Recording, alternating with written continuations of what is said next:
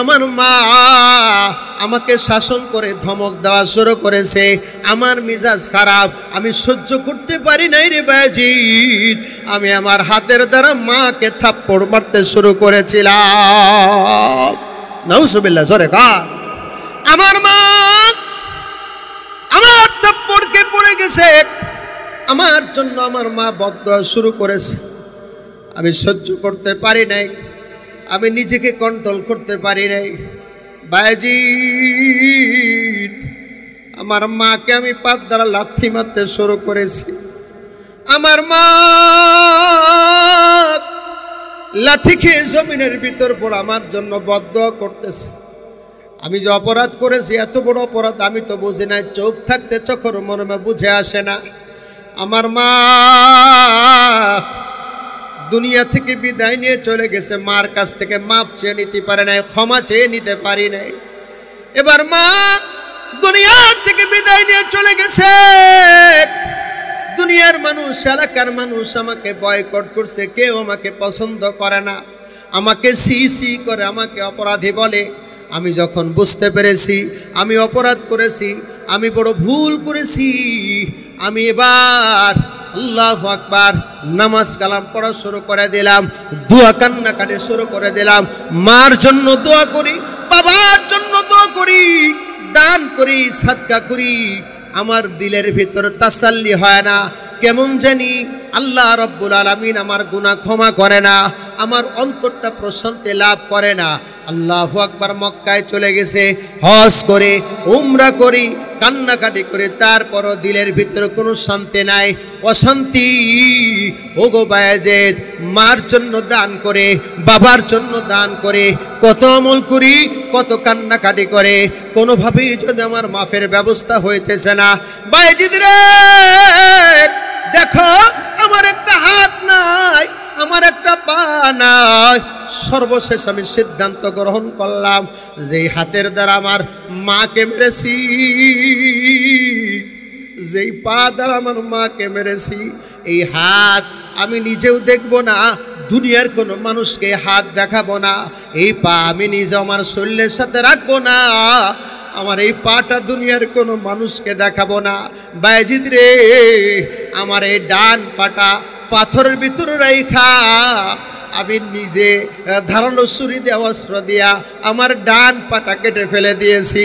বায়াজিদ রে, দেখো আমার ডান পাটা নাই, আমার ডান হাতটা পাথরের ভিতর রেখে বাম হাতে অস্ত্র দিয়ে আমার বাম হাত, ডান হাতটাও কেটে ফেলে দিয়েছি।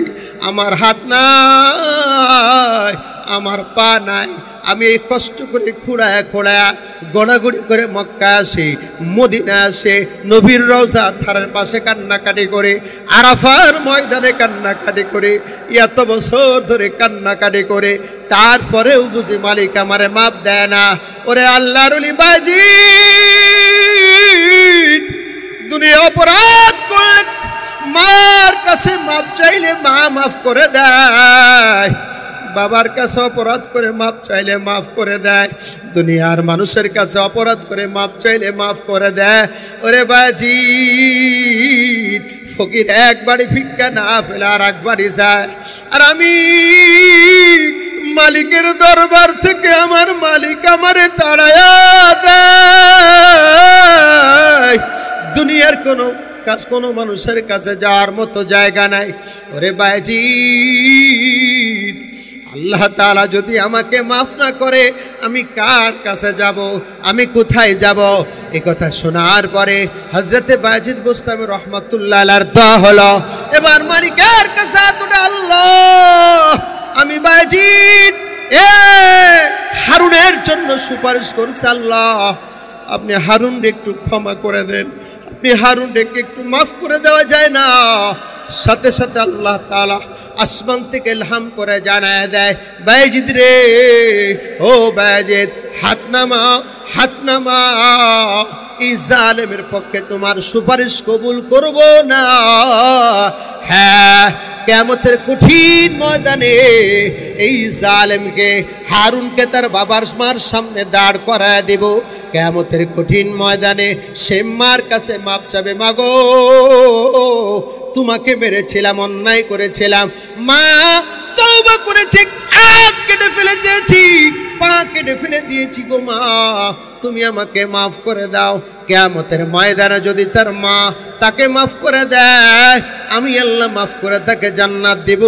আর তার মা যদি মাফ না করে, আমি আল্লাহ তাকে জান্নাত দিব না। ভাইরা আমার, দোস্ত আমার, তাহলে 3 নাম্বার ঈমানে মাকবুল, গ্রহণযোগ্য ঈমান। শত বিপদ আসুক, মুসিবত আসুক, দিন থেকে সরে যাওয়া যাবে না। এই যে মনে করেন এরকম ভাবে জিহাদ মানে শুধু ময়দানে গিয়ে তরবারে ঢাল দেয়া যুদ্ধ করার নাম জিহাদ না।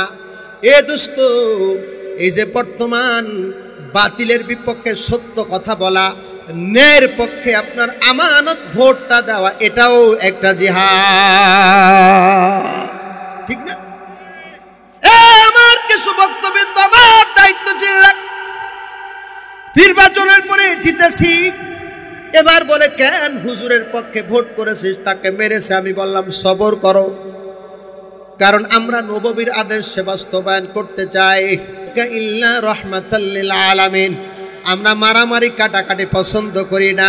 আগের যত চেয়ারম্যান ছিল মারামারি হয়েছে, খুন খারাপি হয়েছে, এখনো খুনের কেস চলতেছে। আল্লাহর ফজলে ইউনিয়নে পর্যন্ত কোনো খুন খারাপি নাই, উল্লেখযোগ্য কোনো মারামারি নাই। যারা মারামারি করতে চায়, আমি স্পষ্ট বলে দিয়েছি, তাদেরকে জেলখানায় ঢোকায়া দিব, ডাইরেক্ট বলে দিয়েছি। দলাদলি করো, পাটাপাটি করো, ইউনিয়নের বাইরে গিয়ে করো, ইউনিয়নের ভিতরে আর ঢাল সড়কি নামবে না, আমি স্পষ্ট বলেছি। আমি থানায় বলে রেখেছি, প্রশাসনকে বলে রেখেছি, যদি আমার ইউনিয়নে কোনো ঢাল তরবারি কিছু আসে, এটা আমার কাছে আমার দায়িত্বশীলদেরকে বলে রেখেছি, যদি কোথাও পাওয়া যায় আমাকে জানানোর সাথে সাথে এইগুলো প্রয়োগ করে তারা ঢুকায় দেব জেলখানা। অশান্তি করতে দেওয়া যাবে? আরে যারা বলেন যাবে? কষ্ট হচ্ছে আপনাদের নাকি? ভাইয়ের আমার, দোস্ত বাবেরা, ঈমানে মাকবুল হলো 3 নম্বর। আর 4 নম্বর হলো ঈমানে মাওকুফ, ঝুলন্ত ঈমান। বলতে পারেন ঝুলন্ত ঈমান আবার কি? ঝুলন্ত ঈমান হলো যেই ঈমানদারের ঈমান উপরে ওঠে না, নিচে সন্নির উপরে ঝুলন্ত থাকে।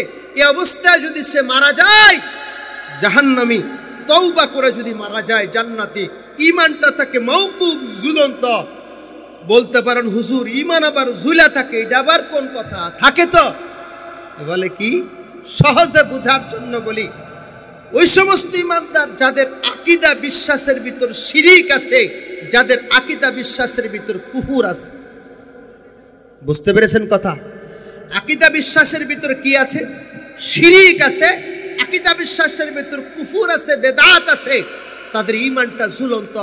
সহজভাবে আপনাদেরকে বোঝানো আমার সহজ। আপনাদের এই বাগেরহাটের খান জাহান আলীর মাজার আসেনি? আরাজার খান আসেনি? কিছুদিন আগে আমার সব মেম্বারদেরকে নিয়ে আসছিলাম। মেম্বাররা তো আলহামদুলিল্লাহ এখানে বিভিন্ন দায়িত্বশীলরা আছেন। মেম্বাররা প্রায় সব আমলীগের ওয়ার্ড সভাপতি, সেক্রেটারি। কিন্তু আলহামদুলিল্লাহ আমার এত ভক্ত তারা, আমি যদি আমার মেম্বারদেরকে এখনই বলি 12 জন মেম্বার, মহিলা মেম্বার সহ এখন খুলনায় আসতে হবে, মেম্বাররা বলবে না কি জন্য আসবো, যাবো না। না, যাবো না কথা ডিকশনারিতে নেই, আসবে। আলহামদুলিল্লাহ বললেন না? এটা আমার ইসলামী আন্দোলনের মেম্বার একজনও না। কেন? বলে সেই মহাব্বত এবং ভালোবাসা দিয়ে রাখতে হয়। কথা কন, ঠিক ঠিক না? এবং খুশি হবেন যে আমরা যে সামান্য মার্সিবল পাই, টিউবওয়েলগুলো ভালো মার্সিবল পাই, যে টিউবওয়েলগুলো পায় 8টা করে, 10টা করে, 12টা করে পায়। এ পর্যন্ত আমি একজন মেম্বারকে দিই নাই। সব আমি বলেছি, দেখেন আমি নিজেও নিব না, আপনারাও নিবেন না। সব মসজিদ, মাদ্রাসা, স্কুল, কলেজ, মন্দিরে দিয়ে দেব। সবাইরে দেওয়ার পরে ইউনিয়নে মসজিদ, মাদ্রাসা, মন্দির দেওয়া শেষ হওয়ার পরে আপনাদের প্রত্যেকে একটা একটা করে দেব। ওনারা বলছে চেয়ারম্যান সাহেব আলহামদুলিল্লাহ আমরা মেনে নিলাম। এত সহজ। তো ওনাদেরকে নিয়ে বাগেরহাটের খান জাহানের মাজার আসছি। গহরডাঙ্গা মাদ্রাসায় গিয়েছি, এছাড়া আরও অনেক জায়গায় ওনাদেরকে নিয়ে আমি ঘুরছি। আলহামদুলিল্লাহ আমার মেম্বার সাহেবরা নামাজ পড়ে, আলহামদুলিল্লাহ বলেন। নামাজের জায়গা, হল রুমে নামাজের জায়গা হয় না, অনেক সময় 2 কাতার 3 কাতার হয়। তখন বললাম যে নামাজের জায়গা করতে হবে। মেম্বার সাহেবরা বলল, জি চেয়ারম্যান সাহেব নামাজের জায়গা করতে হবে। তখন পরিষদের পাশে এক জায়গা আছে, ওই জায়গা মসজিদ করে দিছে, আলহামদুলিল্লাহ বলেন। 5 জন 7 জন 10 জন নামাজ হয়, আলহামদুলিল্লাহ বলেন। চকিদাররাও নামাজ পড়ে, অন্য যারা সেবা নিতে আসে তারাও নামাজ পড়ে, আলহামদুলিল্লাহ বলেন। মহিলা মেম্বাররা বলছে যে চেয়ারম্যান সাহেব আপনি তো পুরুষদের নামাজের জায়গা করলেন, আমাদের নামাজের জায়গা করবেন না? আমি বললাম যে ঠিক আছে, আপনাদের জন্য সেটাও করব, আলহামদুলিল্লাহ বলেন। এবং আমি তো ভয় পেয়ে গেছিলাম যে মহিলা মেম্বাররা আসলে পর্দা পশিদা করে না, ভোট টোট চাইছে। আমি হুজুর মানুষ, আমার সামনে যদি মহিলা মেম্বাররা আসে বেপর্দায়, কেউ যদি একটা ছবি তুলে দেয়, তাহলে তো সারা বাংলাদেশে আমার ওয়াজের 12টা বাজবে, ঠিক না? যে চেয়ারম্যান সাহেব মহিলা মেম্বারকে নিয়ে দেওয়া মিটিং করে। তা আলহামদুলিল্লাহ প্রথম দিন যখন আমি পরিষদে বসছি, মিথ্যা না সত্যি বলছি, আলহামদুলিল্লাহ আমার ওই 3 জন মহিলা মেম্বার হাত মোজা, পা মোজা, বুরকা পরিধান করে পরিষদে আসছে, আলহামদুলিল্লাহ বলেন। মেম্বাররা সবাই প্রায় দাড়ি রেখে দিয়েছে, আলহামদুলিল্লাহ সব মেম্বারের মুখে দাড়ি আছে, আলহামদুলিল্লাহ। তাহলে একজন হিন্দু মেম্বার, তারে তো দাড়ির কথা কওয়া যায় না। চরমোনাই মেম্বাররা গিয়েছে, একজন হিন্দু মেম্বারকে আমি সামনের বছর যাব, আলহামদুলিল্লাহ বলেন। সবাই খুশি। অথচ নিয়ম কি যে আমি বিরোধী দলের চেয়ারম্যান, আওয়ামী লীগের লোকজন, আমার কিভাবে বদনাম করা যায়, ঠিক না? কিন্তু ওনারা হাই কমান্ডে গিয়ে বলে যে না, আমাদের চেয়ারম্যান সাহেব ভালো, চেয়ারম্যানের ব্যাপারে অন্য কোনো পদক্ষেপ নেওয়ার কোনো সুযোগ নাই, আলহামদুলিল্লাহ বলেন। ভাইয়ের আমার, দোস্ত হাবাবারা, কি থেকে কি বলতেছিলাম, তো আমি আমার মেম্বারদেরকে নিয়ে আসছিলাম। এর আগে একবার খান জাহান আলীর মাজার আসছিলাম, দেখি পশ্চিম দিকে পিঠ দিয়া, পা দিয়া পূর্ব দিকে মাজারে সাজদা করছে, জোরে বলেন নাউজুবিল্লাহ। এখন দেখলাম নতুন সিস্টেম করছে, মাজারে ঢাইকা যাদেরকে দুনিয়াদার মনে হয় তাদেরকে পর্দার ভিতর নিয়ে কয় যে তুমি যা চাওয়ার বাবার কাছে আমরা চেয়ে দিতেছি, তুমি 100 টাকা দাও। আমার মেম্বার কয় যে আজকে জিতে গেছি, এক মেম্বার এলো একটু এদিক সেদিক আর কি, কেন টাকা চাইছিল 100, দিছি মাত্র 20 টাকা। আমি বললাম যে তুমি আকামটা কেন করছো? কয় ভাই বুঝি নেই। এখন অনেকের ছেলে সন্তান হয় না, অনেকের ব্যবসা বাণিজ্য ভালো না, আছে কিনা? এখন কেউ পরামর্শ দিল বাগেরহাটের খান জাহানের মাজারে মোরগ মান্নত করো, ছাগল মান্নত করো, তোমার বাচ্চা হবে। নাউজুবিল্লাহ, জোরে কইলেন না। এমন আকীদা বিশ্বাস আপনাদের রূপসার মানুষের মনে হয় নাই, আছে? যদি থাকে এই আকীদা বিশ্বাস, যদি থাকে যে শাহজালাল, শাহপরান, শাহ ইয়ামানি, শাহ মাকদুম, এরপরে বাগেরহাটের খান জাহান আলীর মাজার অথবা অন্য কোথাও টাকা মান্নত করলে, গরু মান্নত করলে, ছাগল মান্নত করলে আপনার ব্যবসায় বরকত হবে, আপনার মনের আশা পূর্ণ হবে, আপনার ছেলে সন্তান হবে, এই আকীদা বিশ্বাস যদি আপনি পোষণ করেন, আপনার ঈমান ঈমানে মওকুফ, ঝুলন্ত ঈমান, ওই অবস্থায় মারা গেলে জাহান্নামী। কথা বলে ঠিক ঠিক না? আর যদি তওবা করে মারা যেতে পারেন, তাহলে আরো জোরে বলেন, তাহলে ছেলে দেওয়ার মালিক কে? মেয়ে দেওয়ার মালিক কে? আরো জোরে বলেন। বন্ধা করে দেন কে? শান্তি দেওয়ার মালিক কে? ভাগ্যের মালিক কে? ক্ষতি করার মালিক কে? আল্লাহ। আপনাদের এখানে আছে কিনা? আমি ঢাকা সহ বিভিন্ন জায়গা দেখেছি যে কবুতর দিয়া, টিয়া পাখি দিয়া ভাগ্য গণনা করে, আছে কিনা? শিরিক। আবার অনেক ভণ্ড আছে হাত দেখে হাত গণনা করে, আছে কিনা? আপনারা মনে হয় বেজার হইতেছেন আমার এই কথা, তাহলে আমি শেষ করে দিই। আপনারা কবুতর দিয়া টিয়া দিয়ে হাত গণনা করে, হাত গণনা করে, ভণ্ডগুলা হাত গণনা করে। সে যেগুলো যাই দেখি তোমার হাতের কদ দেখি, দেখে কয় যে তোমার অনেকগুলো ফাড়া ছিল, 3টা ফাড়া কেটে গেছে আর একটা ফাড়া আছে, আছে কিনা? এই ফাড়াটা কাটলে তোমার বিয়ে হবে ধনীর মেয়ের সাথে। কি কথা কয় না? বিদেশতে এসে যুবকের বিয়ে শাদী হয় না, এবার কয় বাবা একটু হাতটা দেখেন, কয় তোমার একটা ফাড়া আছে, এইটা কাটতে বিয়ে শাদী হবে। কয় ফাড়া কাইটা দেন বাবা, কয় কাটতে টাকা লাগবে 20,000। কথা কয় না? এখন 20,000 টাকা নিয়ে পালায় চলে গেছে, আছে কিনা? দোস্ত হাবাবেরা, এগুলো ভণ্ড, এগুলো প্রতারক, এদের কথা যদি কেউ বিশ্বাস করে ঈমান থাকবে না। কথা কন ঠিক না? তাহলে এটা হলো 4 নাম্বার ঈমানে। ঈমানে মাওকুফ ঝুলন্ত ঈমান, যে ঈমান আল্লাহর দরবারে কবুল হবে না। আর 5 নাম্বার হলো ঈমানে, 5 নাম্বার হলো ঈমানে মারদুদ, বাতিল ঈমান। এটা হলো ফিরাউন, হামান, নমরুদ, কারণ আবু জেহেল, উতবা, সাইবার ঈমান। তারা আল্লাহকে বিশ্বাস করত, কিন্তু তাদের ঈমান বাতিল। আজকে হিন্দুরাও আল্লাহকে বিশ্বাস করে, করে কি করে না?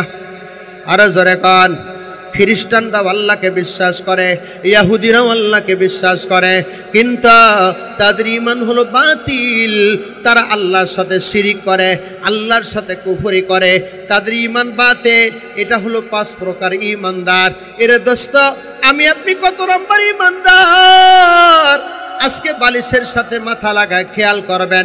ও মা বোন, আজকে আপনারা যারা নসিহত শোনার জন্য আসছেন, আপনারা একটু খেয়াল করবেন আপনার ঈমানের ভিতরে, আপনার আকীদার ভিতরে শিরিক, কুফর, বেদাত আছে কিনা। যদি থাকে তাহলে তওবা করতে হবে। এটা হলো 1 নাম্বার আলোচ্য বিষয়। আর 2 নাম্বার আলোচ্য বিষয়, মান আমিলা সালিহাম মিন যাকারিন আও উনসা। 2 নাম্বার আলোচ্য বিষয় হলো আমালে সালিহা কাকে বলা হয়? আমালে সালিহা কাকে বলা হয় বলবো? কষ্ট হচ্ছে আপনাদের? আমালে সালিহা কাকে বলা হয়? কারণ একই ইমামের পিছনে নামাজ আদায় করে একজন গাঞ্জাখোর, একজন মদখোর, একজন সুদখোর, একজন ঘুষখোর, আর একজন মানুষের সম্পদ আত্মসাৎ করে, আর একজন নামাজি, আর একজন কোরআন তেলাওয়াতকারী, জিকিরকারী। কথা বলে ঠিক ঠিক না? এখন দুজনের আমল তো এক না। এই জন্য আমালে সালিহা কাকে বলা হয়? আমালে সালিহা বলা হয় ওই আমল, যে আমলের পরে বান্দাবান্দি আর একটি ভালো কাজ করে, যেই আমলের পরে বান্দাবান্দি একটা আমলের পরে আর একটা ভালো আমল করে, সেই আমল হলো আমালে সালিহা। জোরে বলেন সুবহানাল্লাহ। আর যেই আমলের পরে বান্দাবান্দি আবার গুনাহের কাজ করে, সেই আমলটি হলো আমালে খায়ের। আমালে খায়ের এটা ভালো কাজ, কিন্তু আমালে সালিহা এটা দেখবেন আমালে সালিহা না। বিষয়টা বুঝার জন্য একটু খেয়াল করেন। নামাজ আদায় করার পরে অনেকে মাওলা পাকের জিকির করে, আছে কি আছে না? আপনাদের দেশে জিকির করেনি? করে। আবার অনেকে ফতোয়া দেয় যে জোরে জোরে জিকির করা কি জায়েজ আছে নি? আছে কি আছে না? জোরে বলে। এই ফতোয়া দেয় তারা, যারা জিকির করে না তারা। কথা কন ঠিক ঠিক না? যারা মাওলা পাকের জিকির করে তারা কি দেয় না? ফতোয়া দেয় না। দেখবেন কিছু লোক মসজিদে গিয়ে ইমামের সাথে বেয়াদবি করে, মুয়াজ্জিনের সাথে বেয়াদবি করে, ওটার মসজিদে টাকা দেয় না। কথা কয় না? আর যারা ইমামের খেদমত করে, টাকা দেয়, পয়সা দেয়, তারা কিন্তু বেয়াদবি করে। ভাইরা আমার, দুস্তা বাবেরা, আমালে সালিহার মাধ্যমে দুনিয়াতেও লাভ, আখিরাতেও, কথা কয় না, দুনিয়াতেও লাভ, আখিরাতেও লাভ। দুনিয়ার লাভ তো আছে, আখিরাতের লাভ আছে। শুধু তাই নয়, কিতাবের ভিতরে ঘটনা পড়লাম, প্রখ্যাত একজন মুহাদ্দিস এবং আল্লাহর ওলি, উনি ইন্তেকাল করছেন। উনি ঘুমিয়েছিলেন, ঘুমের ঘরে উনি স্বপ্ন দেখে একটা গোরস্থান উনার নজরে এসে। কি একটা গোরস্থান, বিরাট একটা কবরস্থান উনি স্বপ্ন দেখছে। দেখার পরে দেখে এই কবরস্থানের ভিতর থেকে, কবর থেকে লাশগুলো উঠে রাস্তার পাশে এই লাশগুলা কি যেন তালাশ করতেছে, কি যেন অন্বেষণ করতেছে। আর একজন বুড়ি সে কবর থেকে উঠে হাস্যোজ্জ্বল অবস্থায় কবরের ভিতরেই বসে আছে, কিন্তু সে কিছু তালাশ করে না। সুবহানাল্লাহ জোরে কার। ভাইরা আমার, দোস্ত আহবাবেরা, স্বপ্নের ভিতরে সেই বুজুর্গ, স্বপ্নের ভিতরে সেই আল্লাহর ওলি ডাকতে বলে, এ বুড়ি, তুমি কবরের ভিতরে বসে হাস্যোজ্জ্বল অবস্থা আছো, আর এরা রাস্তার পাশে কি যেন তালাশ করে, কি যেন অন্বেষণ করে, কারণ কি? তখন ওই বুড়িমা বলল, শোনো, এই রাস্তার পাশে গোরস্থান, রাস্তা দিয়ে যে সমস্ত পথিকরা যায়, কোনো ভালো আমল করে, দুরূদ শরীফের আমল করে, এরপরে ইস্তেগফার করে, এরপরে মাওলা পাকের জিকির করে, বিভিন্ন দুরূদ পাঠায়, আমল পাঠায়, এই আমলগুলা এই কবরের বাসিন্দারা আমলগুলো নিতেছে। জোরে বলেন সুবহানাল্লাহ। বলে, আপনি নেন না কেন? বলে, আমি নিই না এই জন্য, অমুক বাজারে মিষ্টির দোকানে কাজ করে, মিষ্টির দোকানদারি করে, আমার একটা ছেলে আছে, এই ছেলে হলো হাফেজে কোরআন, এই ছেলে সকালবেলা দোকান খুলে সারাদিন মিষ্টি বেচে, হাফেজে কোরআন, প্রতিদিন এক খতম কোরআন আমি মার জন্য তেলাওয়াত করে। প্রতিদিন এক খতম কি পড়ে? কোরআন আমার জন্য করে, আমি মার জন্য করে, এই জন্য আমার আমল নামার ভিতর নেকি আসতে থাকে। জোরে বলেন সুবহানাল্লাহ। ও দোস্ত, দোস্ত, আপনি কি চান না আপনার এমন একজন সন্তান হোক, আপনার এমন একজন নাতিপুতি থাকুক, যারা আপনার মৃত্যুর পর আপনার জন্য কোরআন খতম করবে? সুবহানাল্লাহ বলেন। আমি উসমান গনি মুসা পড়ি, আলহামদুলিল্লাহ, আমার দুইটা ভাগনা মুফতি, আলহামদুলিল্লাহ, আর একটা এক বোনের আর একটা ভাগ্নি, সে হলো হাফেজ হয়ে জামাতখানায় পড়ছে, আমার ছেলে হেফজো পড়ছে, ভাতিজারা মাদ্রাসায় পড়ছে, ভাগ্নিদেরকে বিয়ে দিছে হাফেজ মাওলানা মুফতিদের সাথে, আলহামদুলিল্লাহ বলেন। এই যে আলেম ওলামার সিলসিলা জারি হয়ে গেছে, আত্মীয় স্বজন, ভাগ্নে ভাগ্নি, আত্মীয় স্বজন যারা আছে সবার লেখাপড়ার জন্য আমি বলি যত টাকা লাগে আমি খরচ করবো, আলহামদুলিল্লাহ। তা আমি ওদেরকে বলেছি, তারপর আমরা মাদ্রাসায় লেখাপড়া করে, আপনারা অবাক হবেন, টঙ্গী থেকে খিলকেত নিকুঞ্জ 11 কিলোপথ প্রতিদিন এসে ঘন্টা করাতাম খিলকেত নিকুঞ্জ মাদ্রাসায়। ওখানে 5 মাসের বেতন বাকি, আমার কোনো আফসোস নাই। আমি বলতাম ছাত্রদেরকে, এই যে তোমাদেরকে পড়াই, তোমরা হাফেজ হইতেছ, তোমরা আলেম হইতেছ, মুহাদ্দিস হইতেছ, একসময় আমরা যখন থাকবো না, তখন আমাদের মৃত্যুর খবর শুনে তোমরা আমাদের জন্য দোয়া করবা। কথা কন ঠিক ঠিক না? দোস্ত, আমি জামিয়া রশিদিয়া গোয়ালখালী মাদ্রাসার ছাত্র, ওখানে 5 বছর পড়েছি। মরহুম শায়েখ ফজলুল করিম রহমাতুল্লাহ আলাইহির সেবা করেছি, খেদমত করেছি।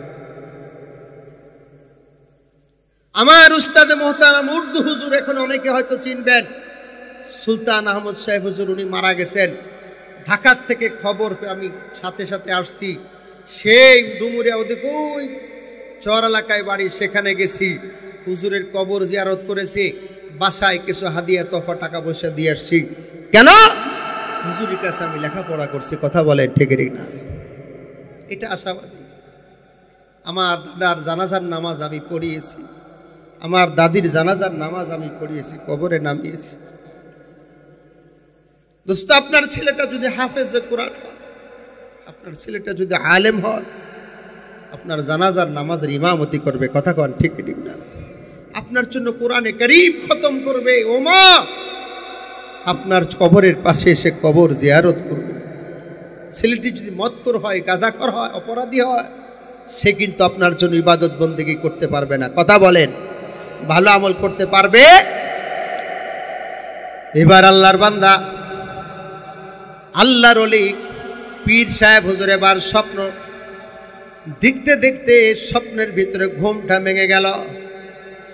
এবার আল্লাহর বান্দা ডাইরেক্ট সে বাজারে যে খুঁজতেছে, মিষ্টির দোকানদারে খুঁজতেছে, মিষ্টির দোকানদারে খুঁজতে খুঁজতে মিষ্টির দোকানদারের সন্ধান পেয়ে গেছে। এবার দেখে আল্লাহর বান্দা মিষ্টি বিক্রয় করে, আর আল্লাহর বান্দা হাফেজে কোরআন জবানা শুধু কোরআনে কারিম জারি আছে, কোরআনে কারিমের তেলাওয়াত করে। কারণ আল্লাহ তাআলা কোরআনকে সহজ করে দিয়েছেন। আল্লাহ তাআলা কোরআন পড়ার জন্য বলেছেন, ফাকরাউ মা তায়াসসারা মিনাল কোরআন।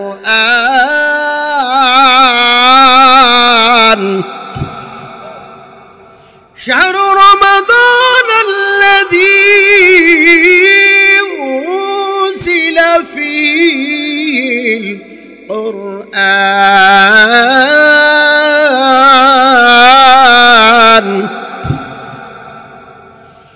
যালিকাল কিতাবু লা রাইবা ফীহি হুদাল লিল মুত্তাকিন।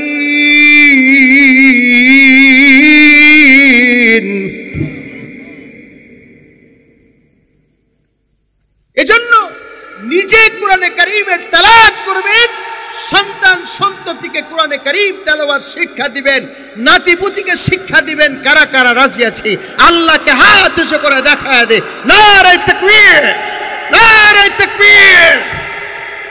আল্লাহ নবী সাল্লাল্লাহু আলাইহি ওয়াসাল্লাম বলেন, ইন্না হাযিহিল কুলুবা তাসতাউ কামা ইয়াস্তাউল হাদীদ ইযা আসাবাহুল মা।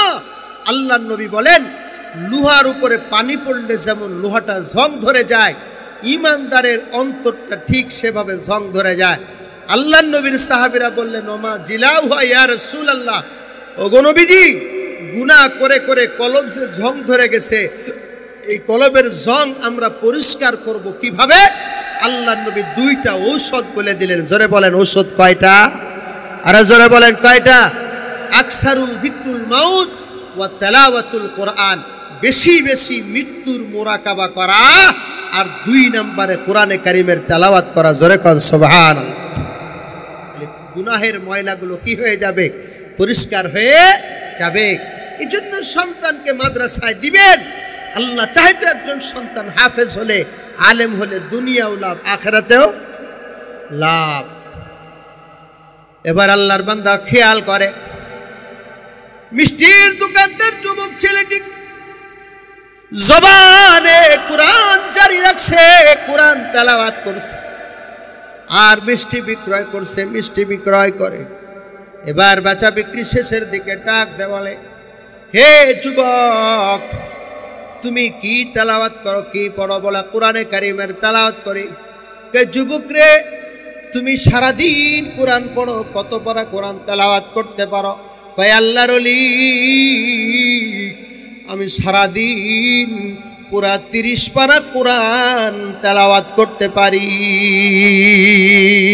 তালিয়া কর আপসন্দ পেশে খুদা, और गिल्म लाचरम बहरस फैदा, बालो है अव्वल अलिफ बादान खानी, ज़िक्र आदर सखंदन कई तवानी, चंदे खानी हिकमत यूनानिया, हिकमत कुरआनिया राहम बखा, हिकमत कुरआनिया राहम बखा।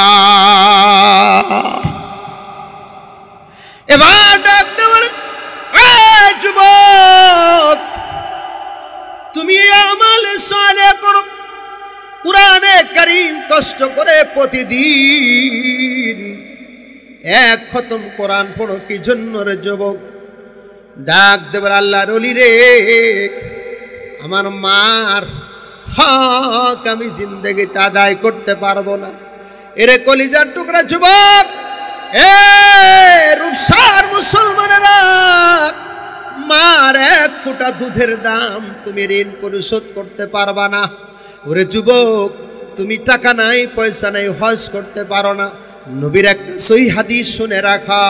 আল্লাহ নবী বলে, যদি কোনো সন্তান নেক নজরে তার মার দিকে, তার বাবার দিকে নেক নজরে তাকায়, আল্লাহর নবী বলেন, মার দিকে বাবার দিকে নেক নজরে তাকাবার সাথে সাথে তার আমল নামার ভিতরে একটা কবুল হজের সব লেখা হয়। আল্লাহর নবীর সাহাবীরা জিজ্ঞেস করেন, ওগো নবীজি, ওয়া ইন নাযারা মিয়াতা মাররাত, আমি আমার মার দিকে, আমি আমার বাবার দিকে প্রতিদিন যদি 100 বার নজর করি, প্রতিদিন যদি 100 বার নজর করি, আমার আমল নামায় কি 100 কবুল হজের সব লেখা হবে?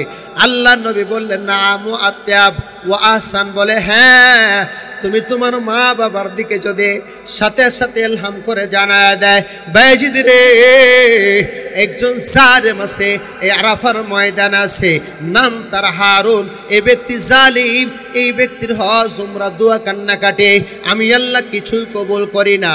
আল্লাহ কোথায় সমক জায়গা আছে, আল্লাহ দেখার কি একটু পারমিশন আছে, যাও, সুযোগ দেয়া দিলাম। আল্লাহর ওলি বায়েজিদ সাথে সাথে সেখানে চলে গেছে, যা দেখে আল্লাহর বান্দা আরাফার ময়দানে যারা হাজী সাহেব আছেন, হজ করেছেন, আমি গুনাহগার বহুবার লক্ষ্য করে দেখেছি, পাহাড়ে ওই যে পাদদেশে পাহাড়ের উত্তপ্ত এরকমভাবে পাথরের উপরে বসে বসা অনেকে কাঁদতেছে, কেউ গাছের নিচে হাত উঁচু করে কান্না করে, কেউ রোদের তাপের ভিতরে মালিকের কাছে কান্নাকাটি করে। কারণ আরাফার ময়দানে এই পরিমাণ আল্লাহ পাক দোয়া কবুল করে, এই পরিমাণ আল্লাহ পাক দোয়া কবুল করে, জাহান্নামীদেরকে মুক্তি দেয়। শয়তান দুঃখে লাফালাফি করতে থাকে, শয়তান মাথার চুল ছিঁড়তে থাকে। এই আরাফার ময়দানে গোড়াগড়ি করে কান্দে আর বলে, আল্লাহ তুমি মেহেরবানি করে আমারে মাফ করে দাও, মেহেরবানি করে আমাকে ক্ষমা করে দাও। ডাক দা বলে, এ তোমার নাম কি হারুন? বলে হ্যাঁ। এই জালেম হারুন রে, তুমি এই আরাফার ময়দান থেকে কান্নাকাটি করে কোনো লাভ নাই, কষ্ট করে কোনো লাভ নাই, যাও এখান থেকে চলে যাও, বাড়িতে যাও। আল্লাহ তোমাকে জালেম বলেছে, তোমার হজ তোমার ইবাদত বন্দেগি দুয়া কান্নাকাটি কিছুই মালিকের দরবারে কবুল হবে না। সাথে সাথে ডাক দে বলে, আপনি কে? বলে আমি হলাম বায়েজিদ বুস্তামি। সাথে সাথেই চিনতে পেরেছে আল্লাহর ওলি, আল্লাহর ওলি বায়েজিদ বুস্তামি।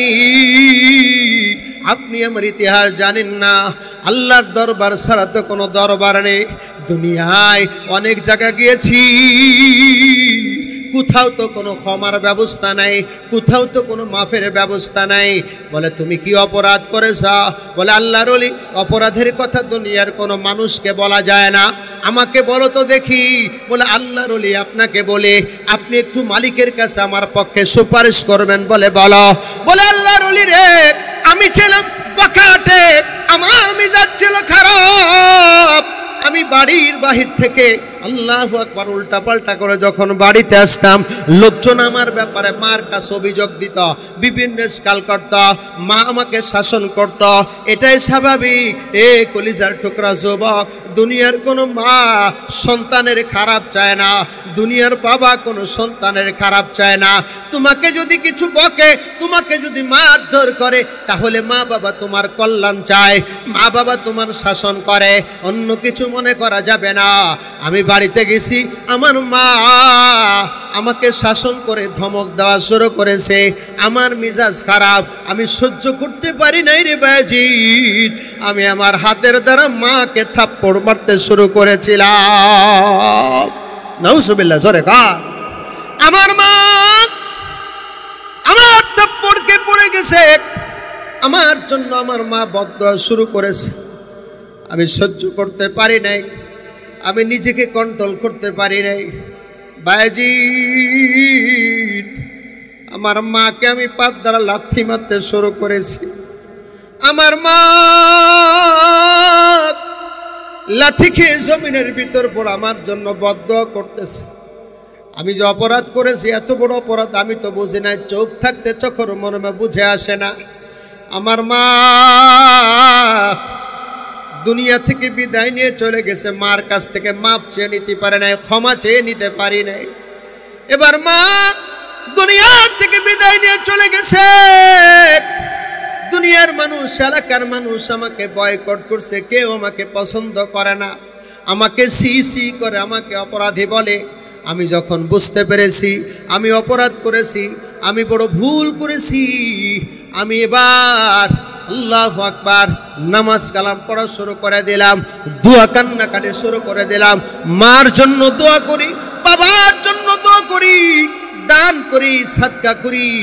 আমার দিলের ভিতরে তাসাল্লি হয় না, কেমন জানি আল্লাহ রাব্বুল আলামিন আমার গুনাহ ক্ষমা করে না, আমার অন্তরটা প্রশান্তি লাভ করে না। আল্লাহু আকবার, মক্কায় চলে গেছে হজ করে উমরা করি কান্নাকাটি করে, তারপরও দিলের ভিতরে কোনো শান্তি নাই, অশান্তি। ওগো বায়েজিদ, মার জন্য দান করে, বাবার জন্য দান করে, কত আমল করি, কত কান্নাকাটি করে, কোনোভাবেই যদি আমার মাফের ব্যবস্থা হইতেছে না। বায়েজিদ রে দেখো, আমার একটা হাত নাই, আমার একটা পা নাই। সর্বশেষ আমি সিদ্ধান্ত গ্রহণ করলাম যে হাতের দ্বারা আমার মাকে মেরেছি, যেই পা দ্বারা আমার মাকে মেরেছি, এই হাত আমি নিজেও দেখব না, দুনিয়ার কোনো মানুষকে হাত দেখাবো না। এই পা আমি নিজে আমার শরীরের সাথে রাখবো না, আমার এই পাটা দুনিয়ার কোনো মানুষকে দেখাবো না। বায়েজিদ রে, আমার এই ডান পাটা পাথরের ভিতরে রাইখা আমি নিজে ধারালো ছুরি দিয়ে অস্ত্র দিয়া আমার ডান পাটা কেটে ফেলে দিয়েছি। বায়েজিদ রে দেখো, আমার ডান পাটা নাই, আমার ডান হাতটা পাথরের ভিতরে রেখে বাম হাতে অস্ত্র দিয়ে আমার বাম হাত ডান হাতটাও কেটে ফেলে দিয়েছি। আমার হাত নাই, আমার পা নাই।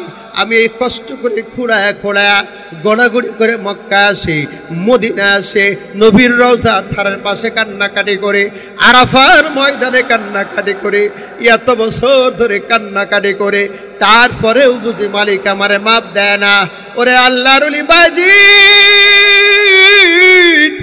দুনিয়া অপরাধ করলে মার কাছে মাপ চাইলে মা মাফ করে দেয়, বাবার কাছে অপরাধ করে মাপ চাইলে মাফ করে দেয়, দুনিয়ার মানুষের কাছে অপরাধ করে মাপ চাইলে মাফ করে দেয়। ওরে বায়েজিদ, ফকির একবারই ভিক্ষা না পেলে আর একবারই যায়, আর আমি মালিকের দরবার থেকে আমার মালিক আমারে তাড়ায়া দেয়। দুনিয়ার কোনো কাজ কোনো মানুষের কাছে যাওয়ার মতো জায়গা নাই। ওরে বায়েজিদ, আল্লাহ তাআলা যদি আমাকে মাফ না করে আমি কার কাছে যাব, আমি কোথায় যাব? এই কথা শোনার পরে হযরতে বায়েজিদ বুস্তামি রহমাতুল্লাহ আলাইহির দোয়া হলো, এবার মালিকের কাছে এতটা, আল্লাহ আমি বায়েজিদ হারুনের জন্য সুপারিশ করছি, আল্লাহ আপনি হারুনকে একটু ক্ষমা করে দেন, আপনি হারুনকে একটু মাফ করে দেওয়া যায় না? সাথে সাথে আল্লাহ তাআলা আসমান থেকে ইলহাম করে জানায় দেয়, বায়েজিদ রে, ও বায়েজিদ, হাত নামাও, হাত নামাও, এই জালেমের পক্ষে তোমার সুপারিশ কবুল করব না। হ্যাঁ, কিয়ামতের কঠিন ময়দানে এই জালেমকে, হারুনকে তার বাবার মার সামনে দাঁড় করায় দেব। কিয়ামতের কঠিন ময়দানে সে মার কাছে মাপ চাবে, মাগো তোমাকে মেরেছিলাম, অন্যায় করেছিলাম, মা তওবা করেছি, হাত কেটে ফেলে দিয়েছি, পা কেটে ফেলে দিয়েছি গো মা, তুমি আমাকে মাফ করে দাও। কিয়ামতের ময়দানে যদি তার মা তাকে মাফ করে দেয়, আমি আল্লাহ মাফ করে তাকে জান্নাত দেব, আর তার মা যদি মাফ না করে আমি আল্লাহ তাকে জান্নাত দিব না। কারণ আল্লাহ নবী বলেন, পিতামাতার সন্তুষ্টি হলো আল্লাহ পাকের সন্তুষ্টি, আর পিতামাতার অসন্তুষ্টি হলো আল্লাহ পাকের অসন্তুষ্টি। এজন্য বলি, কলিজার টুকরা যুবক, আব্বা আম্মা যাদের ঘরে আছে সেবা করবেন, বেয়াদবি করবেন না, শ্বশুর শাশুড়ি পেয়ে আব্বা আম্মাকে ভুলে যাবেন না, আত্মীয় স্বজন পেয়ে ভাই ব্রাদারকে ভুলে যাবেন না, বোনকে ভুলে যাবেন না, আপন আত্মীয় স্বজনকে ভুলে যাবেন না। আল্লাহ দুনিয়া আখিরাতে কামিয়াবি দান করবে। এ কলিজার টুকরা যুবক, আজকে থেকে তওবা করতে হবে। আজকেই বাড়িতে গিয়া যদি মাকে কাঁদাও, আব্বাকে কাঁদাও, মার কাছে মাপ চাইবা, হাত ধরে বাবার কাছে মাপ চাইবো, বাবা আপনাকে কষ্ট দিয়েছে, আপনি মাফ করে দেন, ও মা আপনাকে কষ্ট দিয়েছে, আপনি মাফ করে দেন, এভাবে ক্ষমা চেয়ে নিবেন। আব্বা আম্মা কিন্তু কষ্ট রাখবে না, আব্বা আম্মা মাফ করে দিবে। আল্লাহু আকবারের জন্য আয়াত পড়েছি, মান আমিলা সালিহাম মিন যাকারিন আও উনসা ওয়া হুয়া মুমিন ফালানুহইয়ান্নাহু হায়াতান তাইয়্যিবা। এজন্য দুনিয়াতে যত নেকের আমল আছে, আজ থেকে নিয়ত করি যে সমস্ত নেকের আমলগুলো আমাদের সামনে আছে নেকের আমলগুলো করব, গুনাহের কাজগুলো ছেড়ে দিব। আল্লাহ তাআলা আমাদের সবাইকে তৌফিক দান করেন। জোরে কোন আমিন। আর একটু জোরে কোন আমিন। আজকে পর্যন্তই, বাকি আর আলোচনা লম্বা। হিজলাদের শরী বিধান কি, এরপরে দুইটা পুরস্কার। হায়াতে তৈবা কাকে বলে, তাফসীর ইবনে কাসিরের ভিতরে হায়াতে তৈবার 4-5টা ব্যাখ্যা আছে। আর জান্নাত জাহান্নামের তো অনেক লম্বা বিবরণ। আজকে এ পর্যন্তই, যতটুকু আলোচনা করেছে আল্লাহ পাক আমাদের সবাইকে আমল করার তৌফিক দান করেন। আরো জোরে বলেন আমিন। ইসলামী আন্দোলন বাংলাদেশ অত্র ইউনিয়ন শাখার সম্মানিত সভাপতি সাহেব, ভাই অসুস্থ, ভাইয়ের জন্য সবাই দোয়া করবেন। এখানে আরও অনেক অসুস্থরা আছেন, অনেক যুবকের অসুস্থ আছেন, অনেক মা বোন অসুস্থ আছেন, সবার জন্য দোয়া হবে। আমিও অসুস্থ, দোয়া করবেন আল্লাহ পাক দ্রুত সুস্থতার ব্যবস্থা করে দেন। একে অপরের জন্য দোয়া হবে।